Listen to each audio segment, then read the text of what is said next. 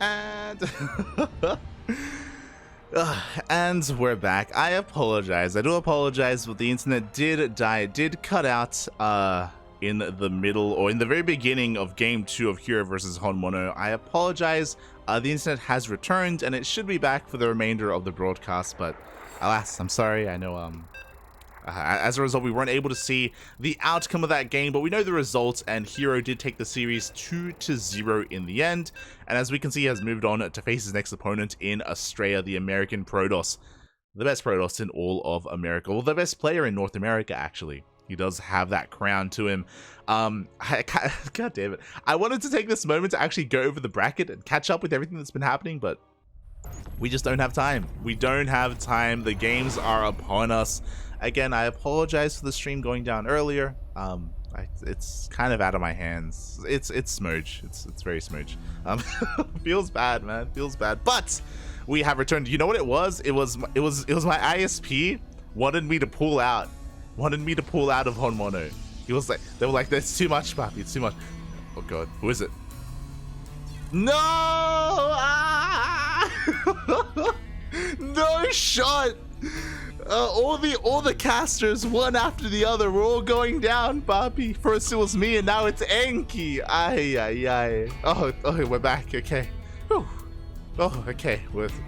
It's okay. Not like this. Shout out to CranKy, by the way. He is the Spanish caster. Does cast a lot of StarCraft, even GSL in Spanish. Much love. El hermoso, papi, el hermoso. But here we go, spawning in the top left-hand corner of Dragon Scales, we have the American Protoss player representing Macherino Esports. It is Astrea. And spawning in the bottom right-hand corner, we have his opponent. We have the... every time I think it's me. CranKy. CranKy. I should message him. CranKy, por favor, papi, por favor. I'm messaging CranKy in Discord. No, I feel so bad. Shout out to CranKy, by the way. He actually invited me to the party as soon as I logged into the game. As soon as my internet came back.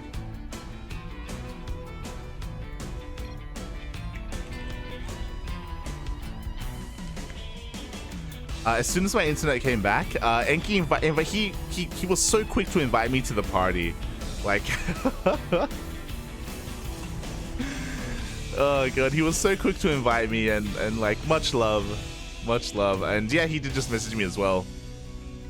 Apparently his internet is okay, his stream is doing well, it's just the StarCraft server that's killing him a little bit. So if we do have another timeout like that, then CranKy will leave and maybe restart his client and then be back with us, but it's all good. We have returned and we're diving into this PvP, I guess, for some context. Oh my god, okay, we have herO going for a gate expand, as to be expected.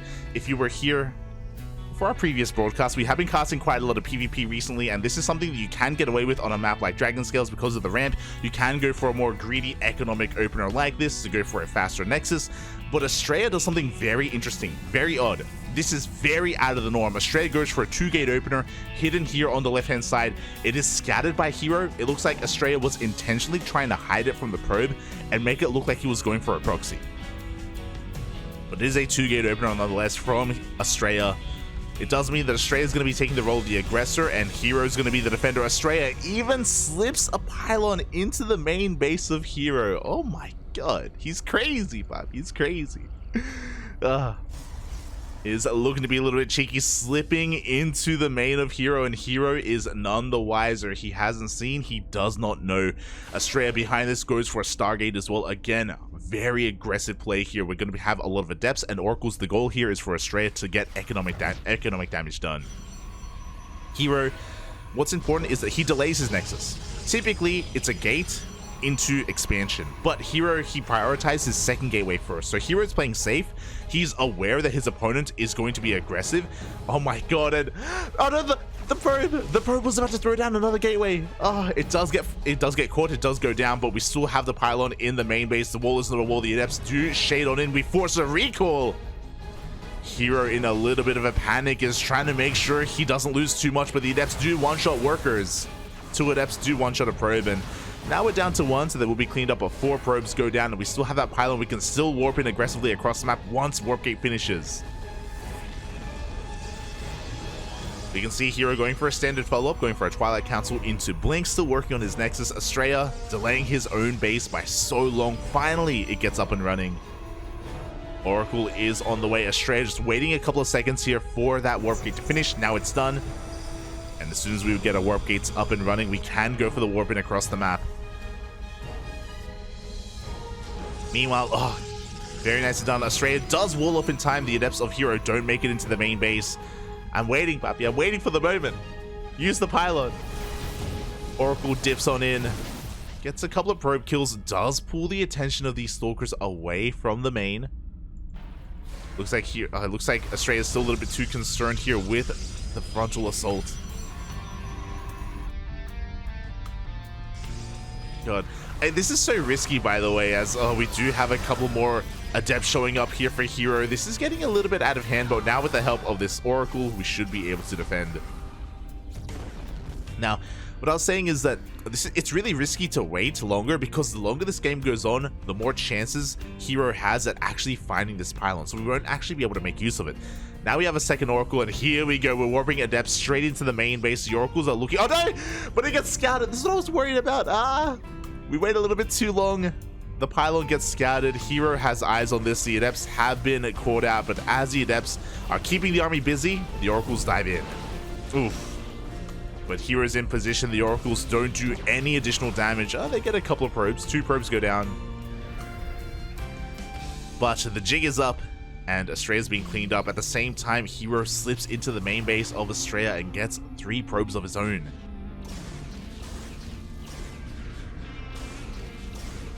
And with a faster Nexus, the economy here for herO is not looking too bad. Again, the pressure was on Astrea to do economic damage because of how late his expansion was. And he did do some damage, but not enough. Not enough to really extend his lead or get ahead. I mean, he's slightly ahead in workers by 1, but it isn't the biggest of leads. And what's concerning is that Blink is now done. There's going to be a big window here where herO can be active with his stalkers and his opponent cannot. We do Blink on forward, and we take down one of those Oracles. The high health Oracle at that. Astrea trying to catch up in his own upgrades, working on his own Blink. He is on 4 gateways.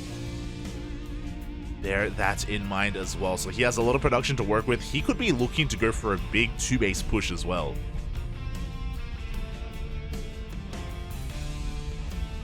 As herO moves out across the map, we have additional stalkers on the way as well. Looking at the units tab here, herO is ahead in the stalker count for now, but there's a lot that can change that. Stasis trap has been thrown down. And herO's going to be respecting the position of his opponent. He will back off for the time being. Astrea setting up for a 3rd base. herO already working on his own. We have a robo on the way behind this. So herO, even though he has less gateways, and does he get a confirmation? He does. herO does see all 4 gates. He can start making Immortals, and we talked about this before, but Immortals, they do make up for a Stalker deficit. They do make up for that. As Astrea is going to be moving out across the map once again. No Immortal production yet. We do have a Forge on the way for +1 as well. I'm concerned that maybe hero's being a little bit too greedy, like he's teching up in a lot of directions right now, which will impact his overall Stalker count. As I say that, herO is down 6 Stalkers compared to Astrea. And herO should be aware of that. He does have a shield battery, soon about to have an overcharge. But is that going to be enough? So here the Stalkers have a rock double. The pylon does depower that shield battery. Uh-oh. We don't have an overcharge. Force fields will buy herO a little bit of time. He is working on his first Immortal, but it's still on the way. Yeah, we just blink on forward. We bypass those force fields. herO blinks back, trying to buy a little bit of time here, but it looks like Astrea may just have too much. Probes have to be pulled. And with those workers, it looks like hero's going to be able to hold on to his 3rd base. did cost him 4 workers, but he survives. That's what's important. Does survive. And is in the midst of pushing out. Oh my god, okay, so herO moves out as Astrea moves in. The third base of herO is going to be heavily under threat, and herO has to make a choice. He doesn't turn around. He's committing to the push. Stasis trap doesn't go off. We are moving on forward. Boys have to be pulled. Astrea wasn't ready for this. He's forced to recall. He doesn't have a shield battery. With that recall, Astrea should be able to defend, but he's going to be losing a lot of workers. Good target firing on that Immortal. The Immortal should go down. Does go down. A big loss for herO, but he got 20 probes. And he survived the counterattack. With this Immortal, he should be fine. Up, up. Oh, as doesn't quite have vision. Astrea does shoot first. He sneaks up on the army. He takes down the Immortal. Very good pick off there for Astrea. Now suddenly the defenses of herO aren't looking anywhere near as strong. Has to be careful behind this. We have charge on the way. We have a gateway explosion as well. The economy for both players is still very similar.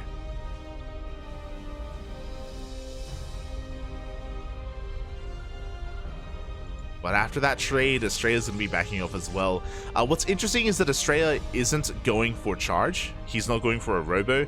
He's committed to pure blink stalkers. And this can work. Don't get me wrong. It can sometimes be difficult. So a pure blink stalker army is more maneuverable than what herO has, than these zealots, than the sentries, and the immortals. So you can kind of bounce between the bases and out to position your opponent. But you have to be very active with this army. You have to be very attentive with it. Speaking of, we see Astrea trying to find an opening. Trying to find herO, not looking, but he's punished for it. Does lose a stalker. We see him going for his own robo now. Rotates around. It looks like once again we're getting a pseudo base trade where Astrea hits the third of herO and herO ignores it and goes straight for the natural. But this time Astrea doesn't have recall. He used it earlier, and herO does have that recall. Bear that in mind. As the Zealots do rush into the natural, we have Zealots here at the third base as well. Stalkers pushing into the main. And Astrea just sends it all the way into the natural base. He did get a kill on the third nexus of herO. herO can always recall if he wants to, but no, he's committed to the base trade. We are committed. Looks like the main base of Astrea is not going to be going down. herO, he just focuses on the natural and then now backs off, chasing down all these stalkers. Astrea trying to protect or trying to preserve whatever he can, but probes are falling left and right. We have another pack of probes here on the right hand side. herO is looking to try and cut them off. Meanwhile, every single gateway is being depowered for both players, to be fair. Astrea still has a couple of gates up and running. herO already expanding here on the top right hand corner of the map. And the probes! The probes get caught out by the Zealots. Look at the unit lots. Looking at the units tab here, Astrea still has 2 workers left. Oh, only 2. But with that, Astrea should be able to throw down a Nexus. He has enough minerals for one. Looking at the units tab here, Astrea has a higher Stalker count, but herO has Stalker Zealot in a head-to-head engagement. herO has the better army. We are equal in upgrades outside of the fact that herO has charge. We see Astrea checking top right. And this is maybe a good moment for him. Right now, herO, his army is split off, but he is consolidating his forces. Yeah, Astrea, he comes across this, and again, he cannot push in. Not against 3 shield batteries, an overcharge, and charged out Stalker. It just is not going to work out for him. He has to back off, and GG gets called. GG, herO takes game number 1. Ooh, after a pretty chaotic game. There was a lot going on there, Papi. A lot going on. GG, well played.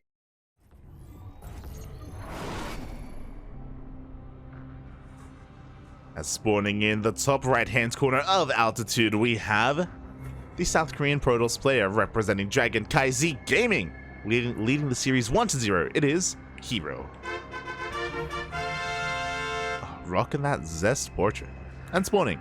in the bottom left-hand corner, we have his opponent. We have the American Protoss player representing his brand new team, Matcherino Esports. It is Astrea.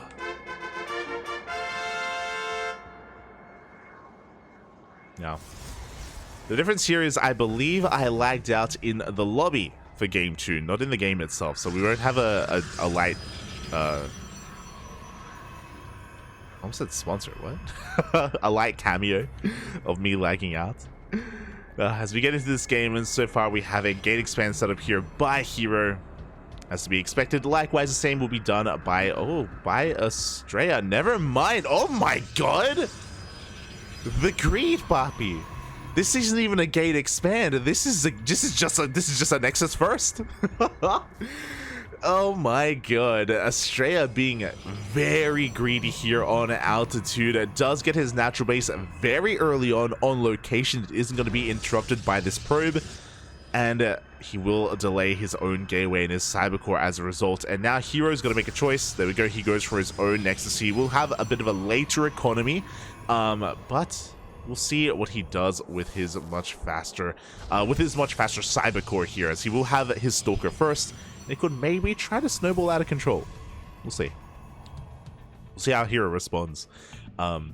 As for the most part, you know, both players are going for economic openers. Of course, different variations from our players as well. As Astrea is just cutting that many more corners against his opponent. There we go. Cybercore finally thrown down for Astrea. Meanwhile, it's almost done for herO. And with that fastest, oh my god, as herO even goes for a gas? He goes for a gas steal. I almost said a gas trick. A gas steal. Ay, ay, ay. I mean, it makes sense. It is the most impactful against Protoss of all players, of all races, I should say. Do cancel again, just throwing a wrench in the works, just disrupting the overall build of Astrea. Behind this, we're going into a faster cybercore. This will be for Oracle production. And it looks like Astrea has eyes on all of this. The probe is still alive across the map in the main base. Goes for a bit of a lap, and it does confirm the Stargate. With this, should be getting ready here for the eventual oracles from his opponent. As Astrea responds with a second gateway, so we're not getting into any kind of weird Stargate versus Stargate, Phoenix versus Phoenix, none of that here. We do see Astrea being very quick to wall off, though. The first adept of herO doesn't quite make it in time. So far, the wall is looking quite solid here for Astrea.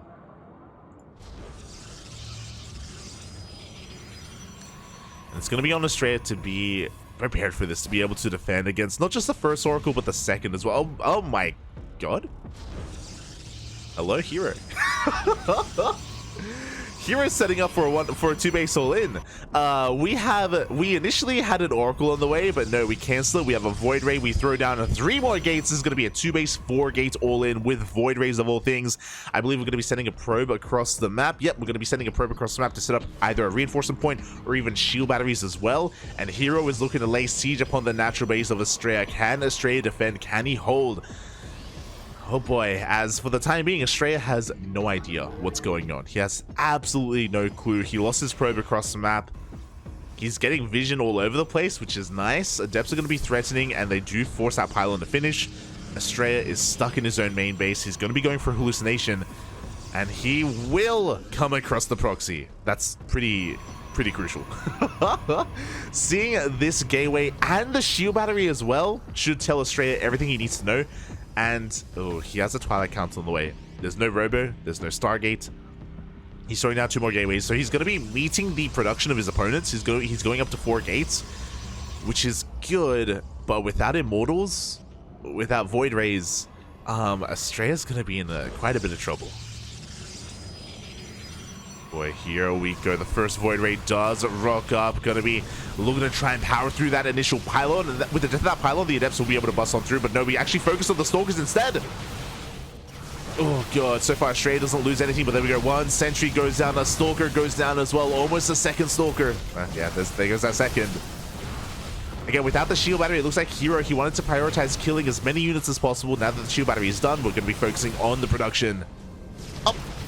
Void Ray just barely pulls back in time. With the death of that wall of that pylon, the Adept is going to be able to shade in, but no, it does get sniped just before it commits to the shade.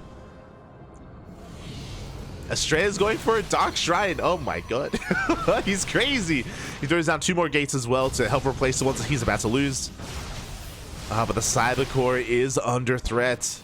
Again, we are provided high ground vision with those Void Rays, and again, hero's done a great job at keeping these Void Rays alive. There we go, the second wave is upon us. Now we have a Robo. This Robo is insanely late. Astrea not quite recognizing how all-in his opponent was. We go for a Warping of Adepts, and we do commit to the Shade. We're diving into the main west. We're pulling apart the attention of Astrea. He doesn't have enough to defend at both places at once. The Artosis Pylon goes down. That delays Blink. That nullifies the overcharge. The Stalkers go down left and right, and that may just be it. Astrea, he caught wind of this, but he didn't quite recognize what was happening until it was too late.